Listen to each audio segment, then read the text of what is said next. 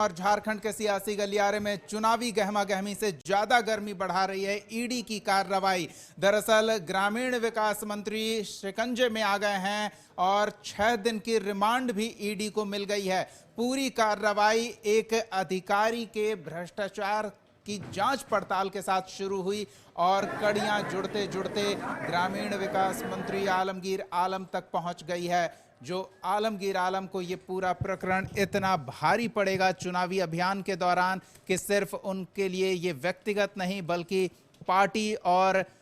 सहयोगियों के लिए भी ये नुकसानदायक साबित हो सकता है।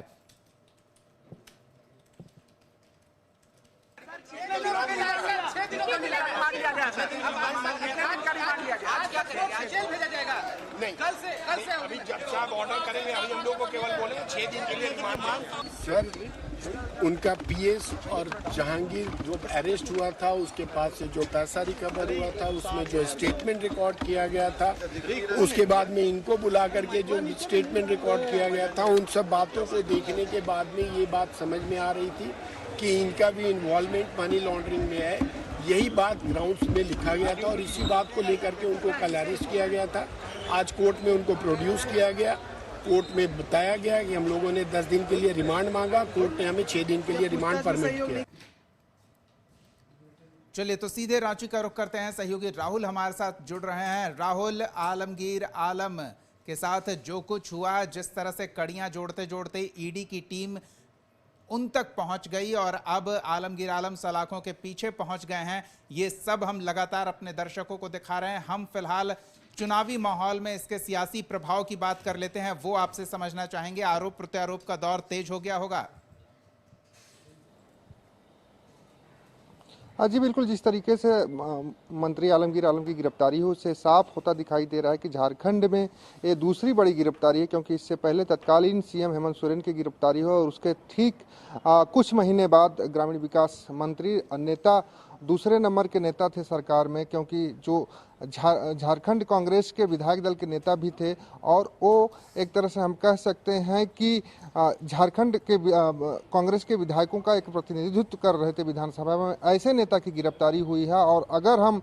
पूरे राजनीतिक की बात करें तो राजनीतिक दृष्टिकोण से हम देखेंगे तो काफ़ी बड़ा असर इंडिया गठबंधन को पड़ा। हालांकि जिस दिन उनके जो पीएस थे उनके नौकर के यहाँ जब छापेमारी हुई थी उसके बाद ही अगले दिन ही चाईबासा में राहुल गांधी की सभा थी, लेकिन उस सभा में भी आलमगीर आलम को दूर रहने का निर्देश दिया गया था। उस सभा में मंच साझा राहुल गांधी के साथ आलमगीर आलम ने नहीं किया था, नीचे बैठे थे और लगातार कयास लगाए जा रहे थे कि सारी चीज़ें ठीक होगी। लेकिन जैसे ही कल का दिन शाम बीती, शाम को उनकी गिरफ्तारी हुई और गिरफ्तारी होने के बाद अब 6 दिनों के रिमांड पर वो चले गए हैं। तो हम कह सकते हैं कि राजनीतिक दृष्टिकोण से हम देखेंगे तो जिस तरीके से आरोप लग रहे थे कि इंडिया गठबंधन जो है पूरी तरीके से भ्रष्टाचारियों की पार्टी बनी है और कांग्रेस पे लगातार आरोप लगता रहा है। वर्तमान में महागठबंधन की जो सरकार झारखंड में चल रही उस पर लगातार आरोप जो लगते आ रहे थे कि सिर्फ और सिर्फ भ्रष्टाचारी भरे हुए हैं, कोई भी काम पैसे के बिना लेन देन के नहीं हो, तो वो कहीं ना कहीं अब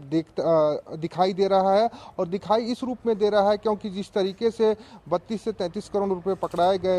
पकड़े गए थे छापेमारी में ईडी ने जब्त किया था, उसके बाद एक मंत्री की गिरफ्तारी होना ये जाहिर करता है कि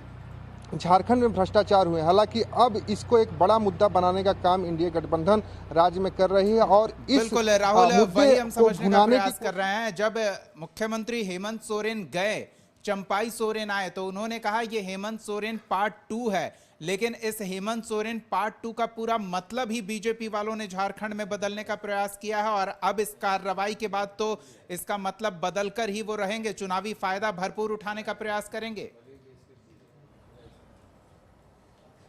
देखिए, जिस तरीके से कल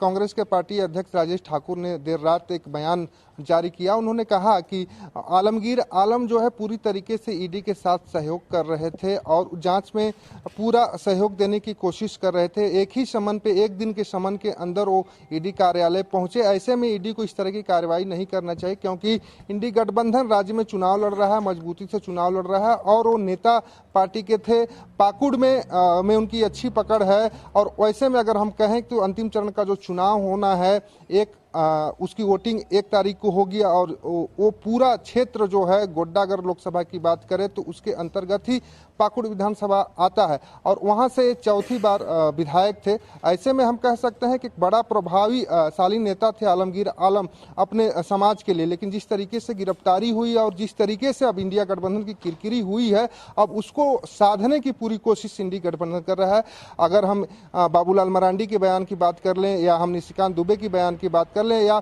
अन्य नेताओं की जो एनडीए से जुड़े नेता हैं, जो बीजेपी के नेता हैं, उनके बयान की बात कर लें तो उससे साफ जाहिर होता है कि अब इस जो भ्रष्टाचार का मुद्दा था झारखंड में, सीएम हेमंत सोरेन ही नहीं पूरे अब कह सकते हैं पूरे सरकार के इर्द गिर्द घूमने लगा है और सरकार को एक तरह से कह सकते हैं कि घेरने की कोशिश कर रही है एनडीए गठबंधन। और अब दूसरी गिरफ्तारी होने के बाद, रिमांड पे जाने के बाद पूरी तरीके से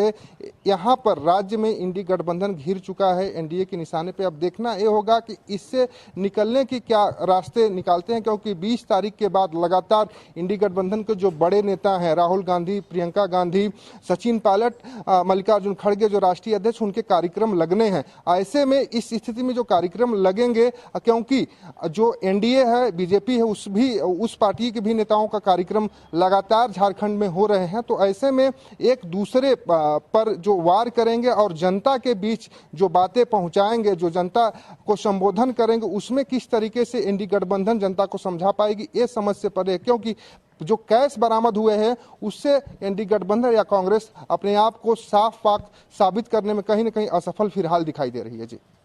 बिल्कुल, अब तो साख सरकार पर ही सवालों के घेरे में है, सरकार की साख, और ऐसे में ये आसान होता दिख रहा है क्या एनडीए खेमे के लिए? इस चुनावी अभियान के दौरान अब जनता का विश्वास हासिल करना आईएनडीआई अलायंस के नेताओं के लिए क्या मुश्किल भरा हो सकता है? जी बिल्कुल, जिस तरीके से सरकार को घेरने की कोशिश है, जिस तरीके से एक मुख्यमंत्री की सीटिंग मुख्यमंत्री की ईडी की ओर से गिरफ्तारी कर लिया जाना और एक छोटे से जमीन के लिए 8.5 एकड़ के लगभग जमीन में उनकी गिरफ्तारी हुई है कि अवैध तरीके से उसकी रजिस्ट्री हुई है उनके नाम से, उसकी जांच हो रही है। और अब एक बड़ा मामला, कांग्रेस अभी तक बची हुई थी, कांग्रेस का कोई भी नेता ईडी के जद में नहीं था और कांग्रेस अपने आप को साख पाक बता रही थी, लेकिन जैसे ही मंत्री आलमगीर आलम की गिरफ्तारी हुई, छापे पड़े, उसके बाद ये साफ जाहिर हो गया और इसको बीजेपी पूरी तरीके से भुनाने की कोशिश में लग गई कि कांग्रेस भी दूध की धूली नहीं है। कांग्रेस वही है जो 2014 के पहले थी और इस 2014 के पहले की कांग्रेस को ही 2024 में प्रेजेंट करने का काम एक तरह से बीजेपी करेगी। और राज्य में लगातार सरकार बनने के बाद ही, महागठबंधन की जैसे ही सरकार बनी उससे कुछ महीने बाद से ही लगातार बीजेपी आरोप लगाती रही कि सरकार भ्रष्टाचार में लिप्त है, सरकार भ्रष्टाचार में लिप्त है, पूरी तरीके से भ्रष्टाचार के मद में डूबी हुई है। और वो कहीं न कहीं बीजेपी को ये मुद्दा मिला चुनाव से ठीक पहले 31 जनवरी 2024 को तत्कालीन मुख्यमंत्री हेमंत सोरेन की गिरफ्तारी, उसके बाद मंत्री की गिरफ्तारी बुलाने का प्रयास करेगी। अब चुनौती सत्ता पक्ष के समक्ष है कि किस तरह से वो जनता के बीच संगठन और सहयोगियों की साख को बरकरार रखते हुए उनसे मतदान की अपील करते हैं। क्या तर्क होता है, ये तो चुनावी प्रचार अभियान के दौरान नेताओं के बोल से पता चल जाएंगे। बहुत बहुत धन्यवाद राहुल इन तमाम बातचीत और जानकारी के लिए।